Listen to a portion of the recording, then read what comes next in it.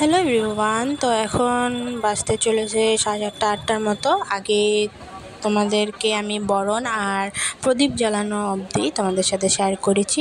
তো next part আমি এখন শেয়ার করছি।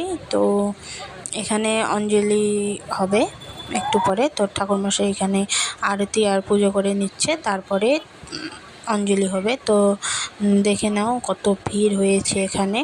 ফার্স্ট তো তোমরা জানো শনি পুজোতে ফার্স্ট কি হয়, হোম হবে, মানে যজ্ঞ হবে, তারপর তোমাদের অঞ্জলি হবে।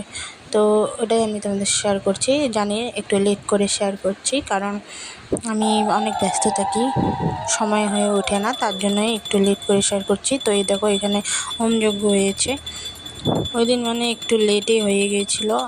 প্রতিবার সন্ধ্যার দিকে পুজো শেষ হয়, বাট ওই দিন একটু চাপের জন্য লেট হয়ে গেছে। ওই জন্য 9টা 9:30 বেজে গিয়েছিলো। তো কোনো করার নেই, সবার অবস্থা টাইট। যেহেতু জানো শনি পুজোতে কিছু খেতে নেই, জল খেলেও একটু চিনি দিয়ে জল খেতে হয়। তো ওটাই খেয়েছিলাম, মাথাও ঘুরতেছিল, তাও কোনো করার নেই। তো এই দেখো সিন্নি প্রসাদের এখানে কি ভিড়।